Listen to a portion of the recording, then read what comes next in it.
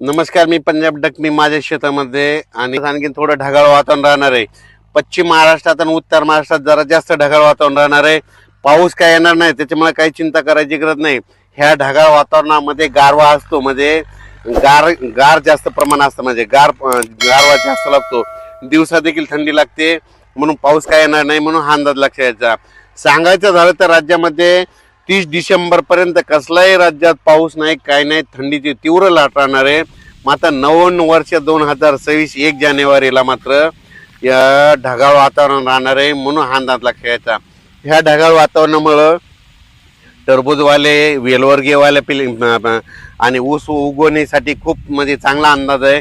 कारण की 1 जानेवारीच्या नंतर काय होणार, थोडं ढगाळ वातावरण राहत असल्यामुळं की ऊस उगवायला चांगलं राहतं, वेलवर्गीय पिकाला चांगलं राहतं, ज्यांना टरबूज लावायचं त्यांना चांगलं राहतं, खरबूज लावण्यासाठी चांगलं वातावरण राहतं, म्हणून हा अंदाज लक्षात यायचा.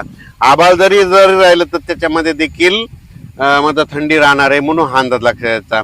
की 30 डिसेंबर पर्यंत तर थंडी कायमचीच राहणार आहे. 30 तारखेला मध्यरात्री मात्र पण आभाळ येणार आहे, म्हणून हा अंदाज लक्षात यायचा. राज्यात मात्र 10 दिवस मात्र चांगलं तीव्र थंडीची लाट राहणार आहे, म्हणून हा अंदाज लक्षात यायचा. राज्यात सांगायचं झालं तर यावर्षी थंडीची चांगली लाट आहे, म्हणून हरभऱ्याचं पीक चांगलं येणार आहे, गव्हाचं पीक येणार आहे. म्हणून पूर्व विदर्भ, पश्चिम विदर्भ, दक्षिण महाराष्ट्र, उत्तर महाराष्ट्र, कोकणपट्टी, खानदेश सर्व शेतकऱ्याला सांगू इच्छितो की यावर्षी हरभऱ्याचं, गव्हाचं पीक चांगलं येणार आहे, म्हणून चांगली मेहनत घ्या, चांगलं पाणी द्या. असे केल्याच्या नंतर चांगलं पीक येणार आहे. आणि फक्त राज्यामध्ये आता 2-3 दिवस म्हणजे 21, 22, 23 पश्चिम महाराष्ट्र आणि उत्तर महाराष्ट्रामध्ये ढगाळ वातावरण राहणार आहे. दिवसा देखील आभाळ राहील, पण दिवसा थंड वारा सुटल आणि गारवा लागेल, म्हणून हे लक्षात यायचं. पण राज्यात मात्र सध्या तरी पावसाचं वातावरण नाही, म्हणून हा अंदाज लक्षात यायचा. म्हणजे सांगायचं झालं तर सध्या तरी कुठंच म्हणजे 4-5 विभागामध्ये पावसाचं वातावरण नाही, म्हणून हे लक्षात यायचं. मात्र 30 तारखेच्या नंतर वातावरणात थोडा बदल होईल आणि 30 तारखेच्या नंतर मात्र क्लाउडली मध्ये चांगलं ढगाळ वातावरण आपल्या महाराष्ट्रामध्ये येणार आहे, म्हणून हा अंदाज लक्षात घ्यायचा.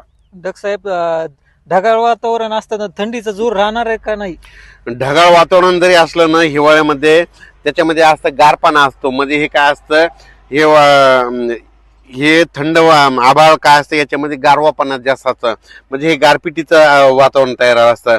याच्यात जर जास्त प्रमाण जर वाढलं ना आभाळ, तर याच्यामध्ये गारपिटीचं प्रमाण असतं, म्हणून गारपीट तशी होणार नाही, काही नाही. फक्त सध्या वातावरण ढगाळ राहणार आहे, म्हणून हा अंदाज सर्व शेतकऱ्यांना लक्षात घ्यायचा. सरासरी डक साहेब, थंडीचा जोर जास्त कोणत्या जिल्ह्यात राहणार आहे? निपाड, नाशिक त्या भागामध्ये तीव्र थंडी राहणार आहे. परभणीकडे राहणार आहे. म्हणजे राज्यात सांगायचं झालं तर ज्या ज्या ठिकाणी सखोल भाग आहे तिथं थंडी जास्त राहते.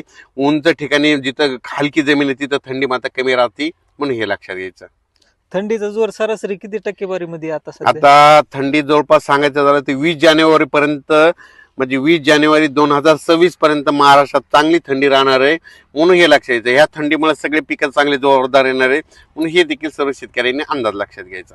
हरभरा पिकासाठी थंडी जास्त चांगली असते का? हरभरा पिकाला थंडी जितकी थंडी जास्त तितका हरभऱ्याचं पीक चांगलं येतं, गव्हाचं